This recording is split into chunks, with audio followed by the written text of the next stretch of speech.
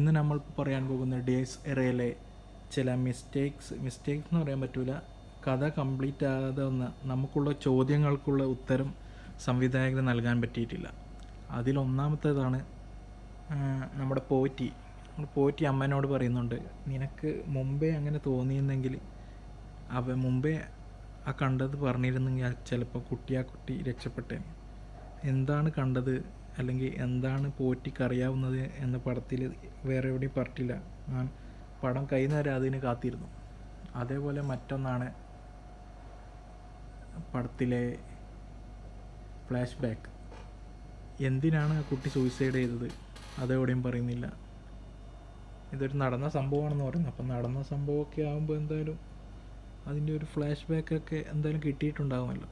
അതേപോലെ തന്നെയാണ് ഇതിലെ പ്രേതം പോകുന്നത് പോറ്റിയുടെ വീട്ടിലും നമ്മുടെ പ്രണവിൻ്റെ വീട്ടിലും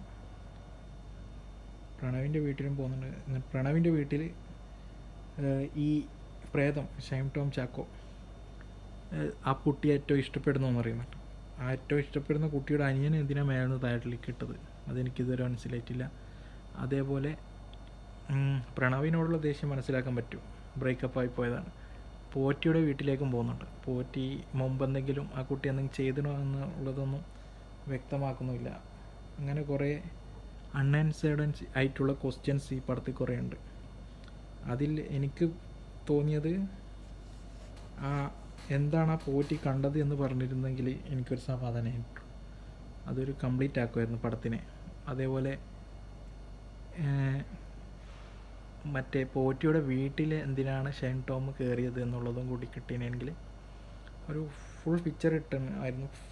സ്റ്റിൽ പടം കൊള്ളാം, നല്ല പടം തന്നെയാണ്. പക്ഷേ ഇങ്ങനെ കുറേ അൺആൻസേർഡ് ആയിട്ടുള്ള ക്വസ്റ്റ്യൻസ് ഉണ്ട്.